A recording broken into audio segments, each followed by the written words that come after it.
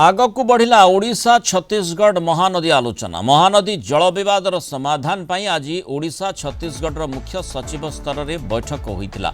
बैठकर निष्पत्ति अनुसार उभय राज्यर टेक्निकल कमिटीर बैठक सेप्टेम्बर मासरे हेबो। एही बैठक उभय राज्यर सर्वोच्च जंत्रीक मध्य हेबो।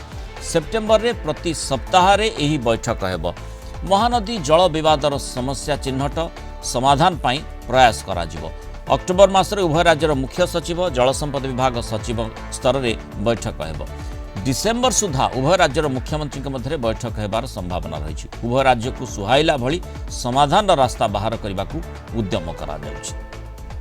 अधिक सूचना देवाई Kalinga TV senior correspondent Pritikant Nayak जोड़ी। प्रीतिकांत, महानदी जल विवाद को नहीं जो भली ओडिशा और छत्तीसगढ़ भितर जो समाधान बाट कथा कहुछि, आपाततः जो भली भाव में सूचना रही ये गोटे दिग देखा कि जे किसी निष्कर्ष बाहरी पारे पुणी खूब शीघ्र।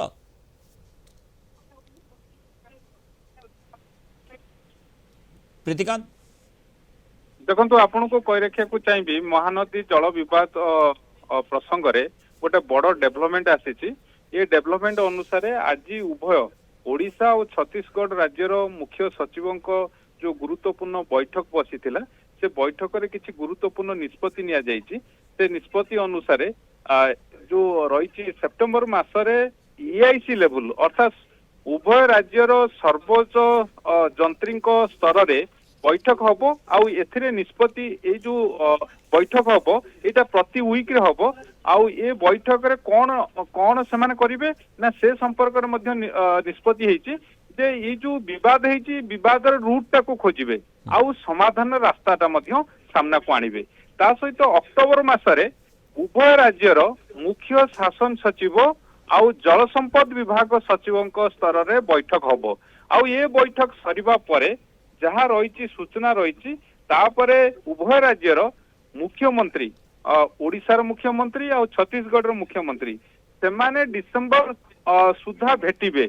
जहाँ वर्तमान सुधा सूचना मिलूची डिसेम्बर मासरे उभय राज्यर महानदी जल विवाद समाधान करने पाई उभय राज्यर मुख्यमंत्री सेमाने बैठक नेबे। आ बैठक परे उभय राज्य को सुहाइला भली निष्पत्ति नबा पाई आजिर अंतत पके जो बैठक हेतिला सेथिरे निष्पत्ति हेछि। कारण आ पूर्व आपण जानती मुख्यमंत्री ओडिशार मुख्यमंत्री महानदी जल विवादर समाधान पाई छत्तीसगढ़ मुख्यमंत्री को चिठी लिखिथिले।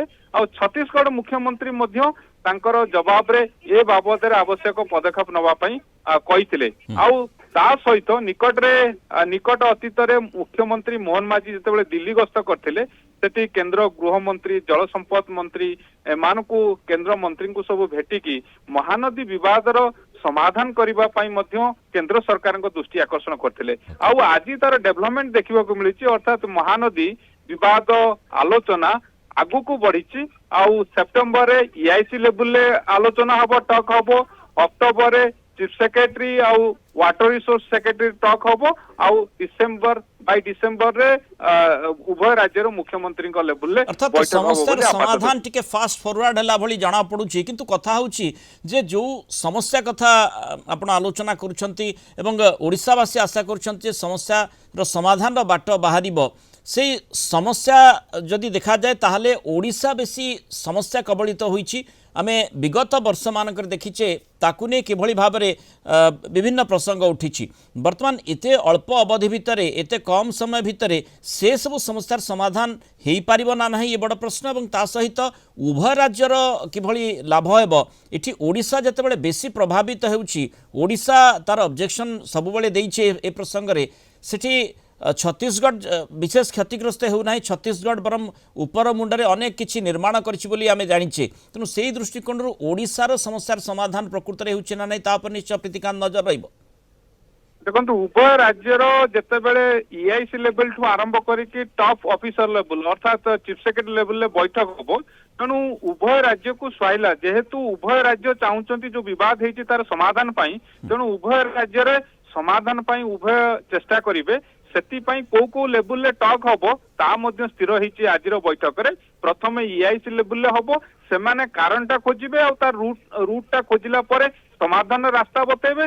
तापर वाटर रिसोर्स सेक्रेटरी और चीफ सेक्रेटरी लेवल बैठक हम आ बाई डिसेम्बर सुधा मिनिस्टर लेवल बैठक हम आउे उभय राज्य को जो कथा आप कहते कारण खरा दिने जो जलटा महानदी आसूची सेटा ओडिशा को आसुनी 15-16 जिला गुरुतर भाव में प्रभावित होउचंती तेणु आकु दृष्टि रखिकी ओडिशा सरकार पूर्व ए संपर्क में केंद्र सरकार दृष्टि आकर्षण करते छत्तीसगढ़ सरकार दृष्टि आकर्षण करते तेणु प्रीतिकांत समस्याटी समस्ते जानी तार निराकरण कौन करा जाई पारे समाधान बाट कौन करा जाई पारे अर्थात छत्तीसगढ़ उपरमुंडरे निर्माण करिछि अनेक निर्माण जेतु हेछि सेथिपाई ओडिशा समस्या भितर को टाणी हो जाइछि तेणु अंततः समाधान बाट सेही दिगरे ही बाहरिबार आवश्यकता रही सरकार बदली गले जे समस्यार परिभाषा बदली जिवो ता नुहे देखंतु वर्तमान गोटे डायलॉग प्रोसेस आरंभ हो जाइछि जेहेतु आज चीफ सेक्रेटरी लेवल रे डायलॉग आरंभ होइछे